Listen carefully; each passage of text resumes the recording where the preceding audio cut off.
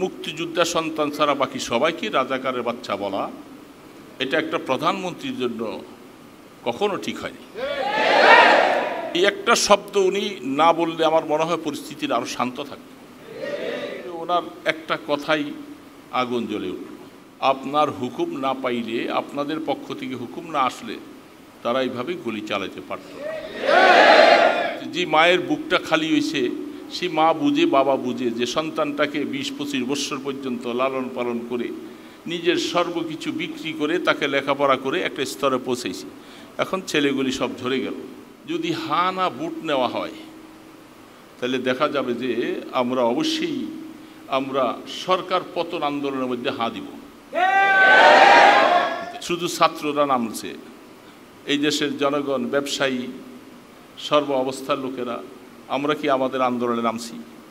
আমরা তো চাই যে আরেকজনের মাথায় লবণ রাইখা বড়িটা খাইতে। তো ছেলেপেলেগুলোর আন্দোলন তো প্রাথমিক অবস্থায় শান্ত এবং সুষ্ঠু ছিল, কিন্তু যখন আপনি একটা কথা বলে ফেললেন, আপনি মুক্তিযোদ্ধার সন্তানদেরকে বাদ দিয়া বাকি সবাইকে রাজাকারের বাচ্চা বলছেন, যেখানে এতগুলি মানুষ ঝরে যাচ্ছে, দেশটা অশান্তির কবলে পড়ে যাচ্ছে, দেশে ভাঙচুর জ্বালাও পোড়া হচ্ছে, এখানে প্রধানমন্ত্রী সরাসরি হস্তক্ষেপ করে দেশের বিজ্ঞ ব্যক্তিদেরকে ডেকে বসে তার সমাধানে বসা দরকার। কোটা আন্দোলনে এই যে দেশের প্রায় হাজার হাজার বড় বড় শিক্ষা ছেলেগুলি যারা ঝরে গেল, আমি গত জুমার আগের জুমায় বলছিলাম, আমাদের এখানে গোয়েন্দা আছে, প্রশাসনিক লোক আছে, বহু রকমের লোক এখানে থাকে। কেন থাকে এটা তারা বুঝে, আমি জানি না। আমি কি বলতেছি না বলতেছি সবগুলি কথা নোট হচ্ছে, আমাদের ইউটিউবে নোট হচ্ছে।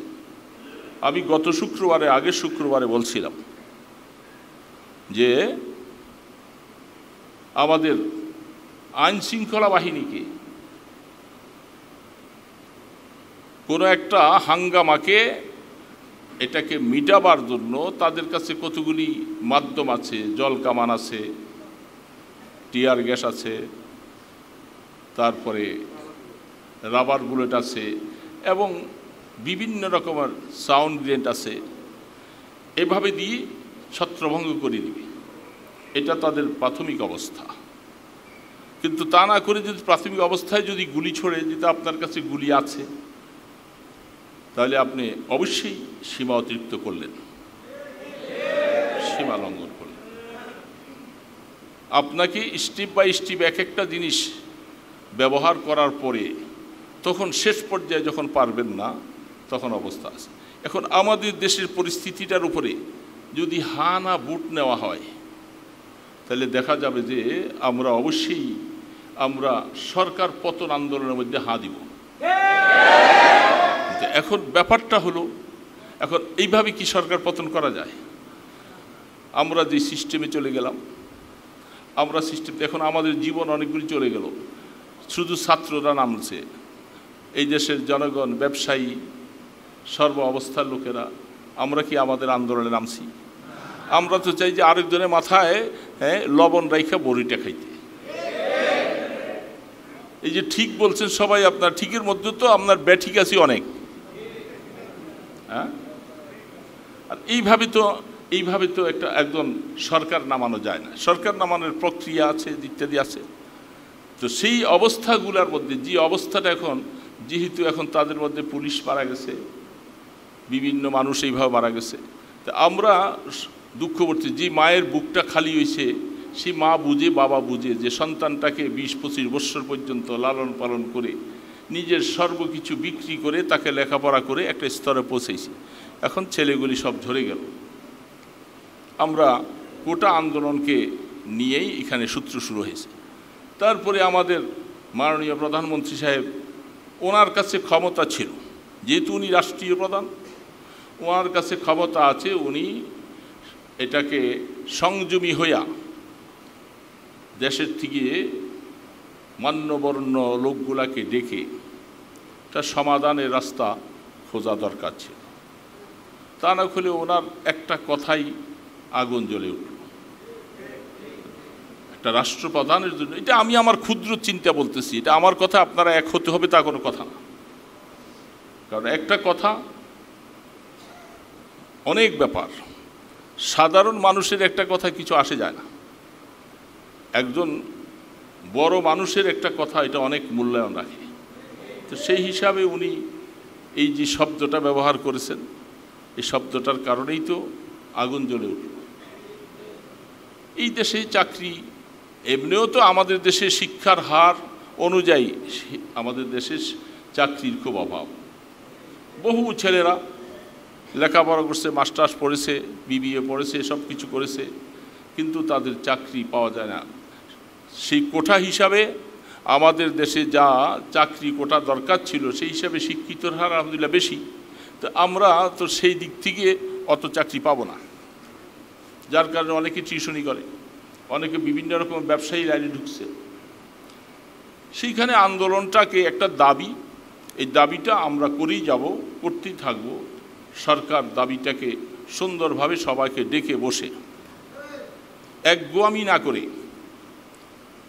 পরামর্শের মাধ্যমে, আলোচনার মাধ্যমে সিদ্ধান্তে যাওয়া যায় অনেক কিছু।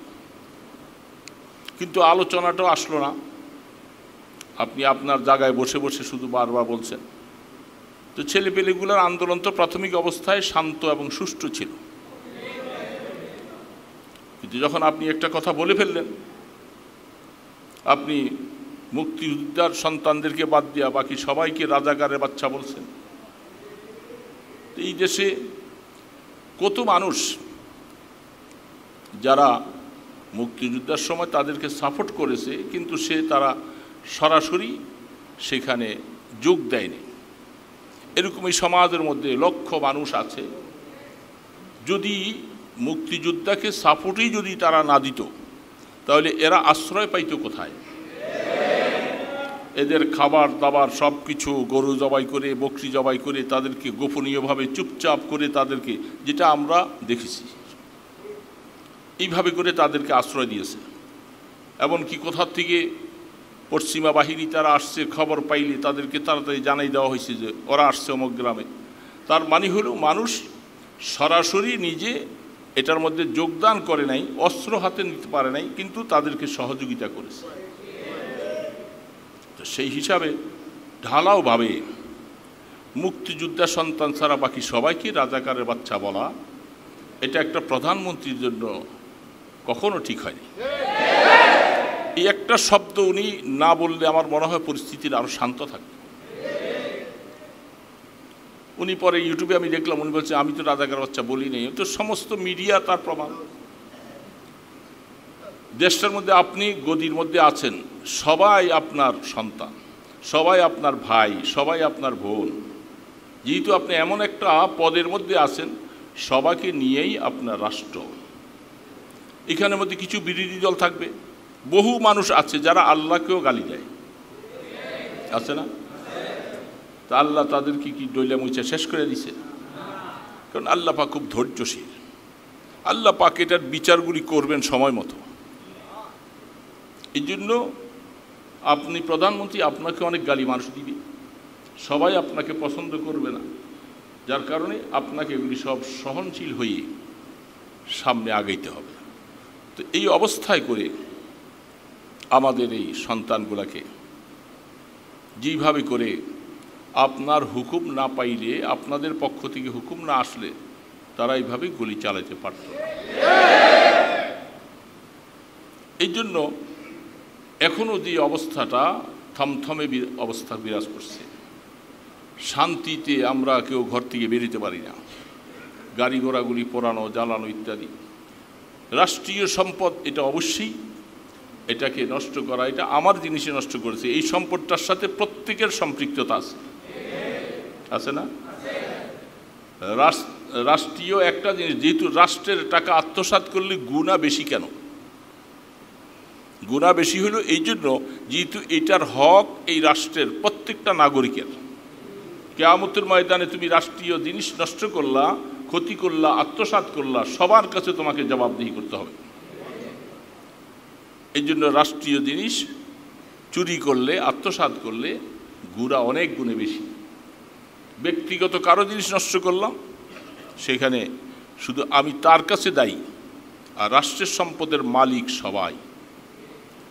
কিন্তু সেই সম্পদ নষ্ট করলাম। এটা প্রধানমন্ত্রীর একা সম্পদ না, এটা আপনারা বুঝতে কি কতটুকু বুঝবেন জানি না। যেহেতু আমি মেম্বারে বসে কথা বলছি, আপনাদের কথা তো আর আমি এখানে টকিংভাবে নিচ্ছি না। কারণ যা এই দেশে যা তৈরি হচ্ছে, মেট্রো রেল বলেন, বিভিন্ন বাস বলেন, বিভিন্ন পাসপোর্ট অফিস বলেন, ইত্যাদি আছে, এগুলি তো রাষ্ট্রের সম্পদ। পাসপোর্ট অফিসের মধ্যে প্রায় 5,000-এর উপরে পাসপোর্ট ছিল, সব পুড়ে গেল। এটা কার জিনিসটা পড়লেন? এখানে কি শুধু এই মুক্তিযোদ্ধাদের ছেলেদের পাসপোর্ট? কেন পড়লেন? মেট্রো ট্রেলটা কি আমাদের উপকারী জিনিস না? আমি অনেক আগে বলছিলাম পদ্মা সেতুটাও এটা আমাদের দেশে বিশাল একটা সম্পদ। কেন করছেন, কি করছেন, কিন্তু আমরা এই দেশের মানুষ, আমরা তো এটা উপভোগ করব। এই জন্য আমার দেশের সম্পদ যেটা তৈরি হয়েছে, যে কোনো ব্যক্তি করুক, কালাচান করে দেও, এটার উপভোগ আমরা এই দেশের জনগণ করব। এই জন্য সেটাকে আপনি একজনের উপরে রেশারেশি করে এগুলি ধ্বংস করলেন, এই ধ্বংস কাজ করলেন তো ঠিক করেননি। কেন আমাদের অবস্থা? যার কারণে আমরা এখনও শান্তিতে নাই, ব্যবসায়ী মহল শান্তিতে আছি। সারা অবস্থায় সারা বিশ্বের দিকে তাকা, হামাসের প্রধান নেতাটাকে ইরানে যেভাবে করে মিসাইলের মাধ্যমে তাকে শহীদ করে দেওয়া হলো, আমাদের কত বড় ক্ষতি হয়েছে।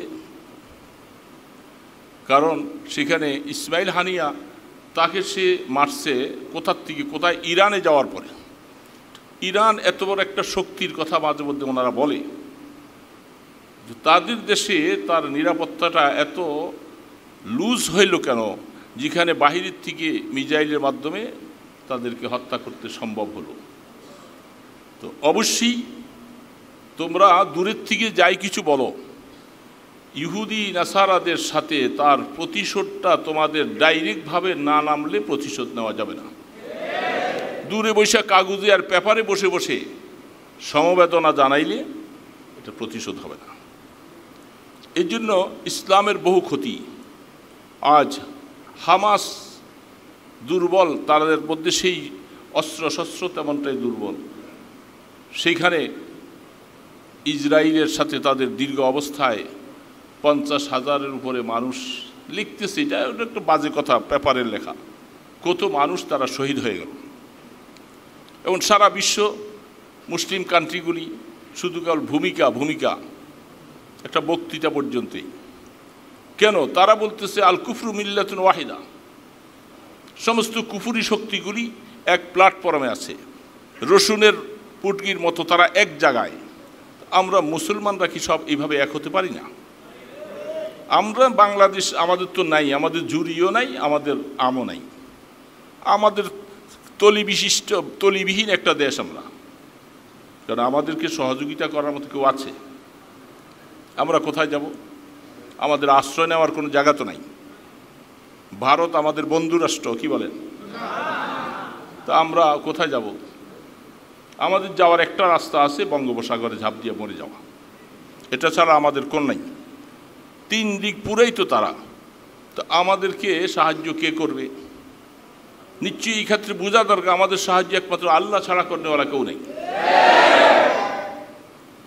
আর যারা তোমরা বিভিন্ন রাষ্ট্রওয়ালারা আছো, তোমরা এই মুহূর্তে ফিলিস্তিনের এই যুদ্ধটা এতদিন পর্যন্ত করাচ্ছে, তারা মারতেই আছে। তোমরা শুধু বসে বসে পেপারে শুধু ফ্লাপ করতেছো, এই করবো সেই করবো, জাতিসংঘ বলেন, অমুক বলেন, সমুক বলেন, কই তেমনটা তো কিছু হচ্ছে না।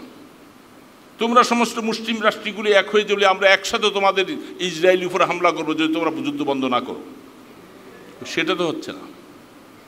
বুঝলাম আন্তর্জাতিকভাবে বিভিন্নভাবে চাপ আছে, কিন্তু এই চাপ দিয়ে তো তাদেরকে দমন করা যাচ্ছে না, তারা একের পর এক ক্ষতি করে যাচ্ছে।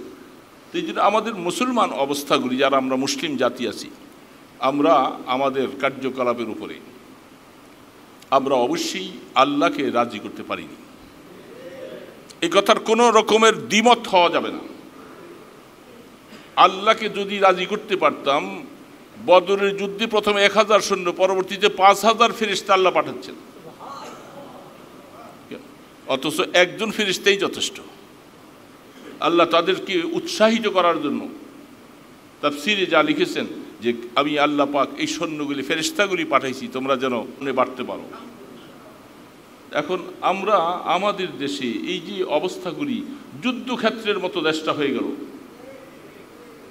বড় আফসোসের বিষয়। এই পরিস্থিতিগুলি কেন আমাদের মধ্যে হচ্ছে এবং এটা এখন পর্যন্ত তার কোনো সমাধান নাই। কিছু ছাড় দিয়া, কিছু মাইনা তাদেরকে ডেকে সুন্দরভাবে, যেখানে এতগুলি মানুষ ঝরে যাচ্ছে, দেশটা অশান্তির কবলে পড়ে যাচ্ছে, দেশে ভাঙচুর জ্বালাও পোড়া হচ্ছে, এখানে প্রধানমন্ত্রী সরাসরি হস্তক্ষেপ করে দেশের বিজ্ঞ ব্যক্তিদেরকে ডেকে বসে তার সমাধানে বসা দরকার। তা না করে অমুককে দিয়ে তমুককে দিয়ে বসাইলে হবে না। ঘটনাটা আপনি এটা সমাধান করতে হবে।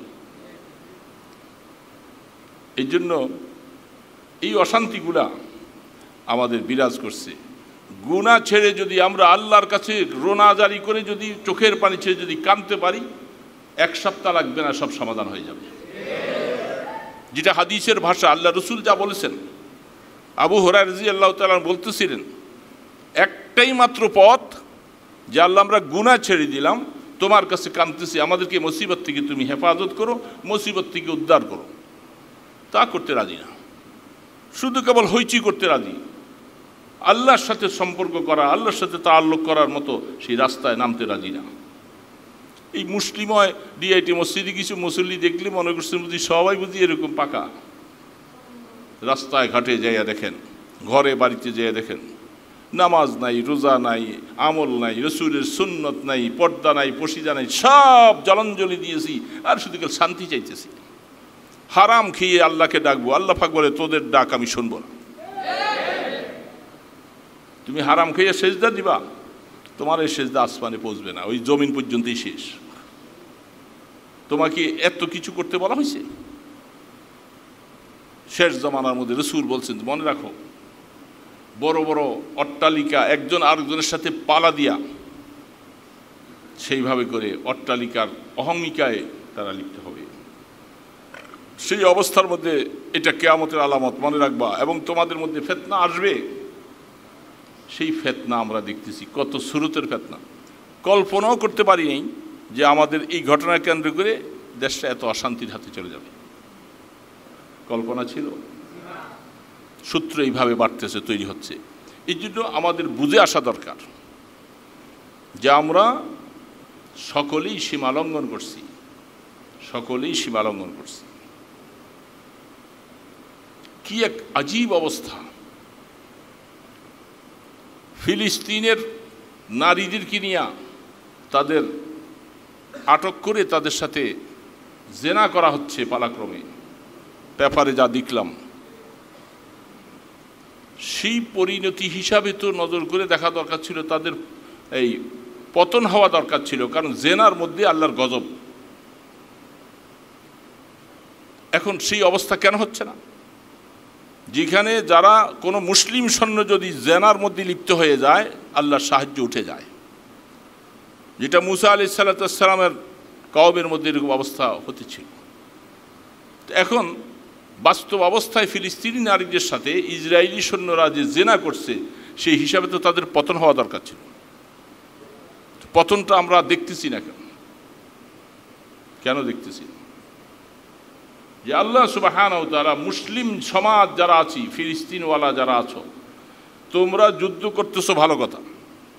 সাহাবায়ে কেরামদের প্রশংসা আল্লাহ রসুল বলেছেন, রহবানুন ফিল লাইল ফুরসানুন ফিন নাহার। আমার সাহাবায়ে কেরামদের আদর্শের মধ্যে তাদের সিফাত, তাদের গুণ ছিল, তারা দিনের বেলায় ঘোড়ার পিঠে চড়ে শত্রুর মোকাবেলা করে, আর রাত্রিবেলা সেজদায় পড়ে আল্লাহর কাছে রোনাজারি করে। এই দুইটা গুণ আল্লাহ রসুল বলে দিয়েছিলেন। এই গুণ দুইটা একসাথে না মিললে শুধু একটার দ্বারা পাখা উড়বে না, একটার দ্বারা গাড়ি চলবে না, পাখা দুইটা লাগবে। আমরা সেই রাস্তায় হাঁটতে হবে। সমস্ত মানুষগুলি শেষ রাত্রে উঠে সেজদা দিয়ে আল্লাহ পাকের কাছে হাত তুলে চোখের পানি ছেড়ে কাঁদতে থাকেন। আমার বিশ্বাস বেশি দিন লাগবে না, 2-3 দিনের ভিতরে সব কিছু সমাধান হয়ে যাবে সুন্দরভাবে। তা তো করবো না। তা কি করতেছি আমরা? কয়জন মানুষ পাওয়া যাবে এখানে যে রাত্রি উঠে আল্লাহর কাছে রোনাজারি করছে যে আল্লাহ আমাদেরকে শান্তি দাও, আমাদেরকে শান্তি দাও, আমরা অশান্তিতে আছি, পেরেশানিতে আছি। আমাদের ব্যবসায়িক ক্ষতি, জানের ক্ষতি, মালের ক্ষতি, সব দিক দিয়ে ক্ষতি। কয়জন উঠছি, কয়জন দোয়া করছি আল্লাহ পাকের কাছে। এই জন্য দোস্ত, শুধু আমার কানে কথাগুলি আসে যে হুজুর কেন বলে না, হুজুর কেন বলে না, হুজুর কেন নামে না আসে। এই যে আজকে কিছু কথা বলে দিলাম। আপনি যে বলতেছেন আপনাকেও তো পাওয়া যাবে না সময় মতো। আপনি লম্বা লম্বা কথা বলার মধ্যে ওস্তাদ, জীবনে বহু আন্দোলন বহু কিছু করে দেখেছি। আপনি লম্বা কথা বলতে পারেন, কিন্তু যখনই হঠাৎ করে মিছিলে নামে আপনাকে পাওয়া যায় না খুদা। আর যখন দেখা যায় যে একটু ব্যারিকেড আসছে, আপনার আসতে পিসকেটা দিয়ে চলে আসেন। শুধু প্রথম চেহারাটা দেখাইছেন, পরে আর আপনি নাই।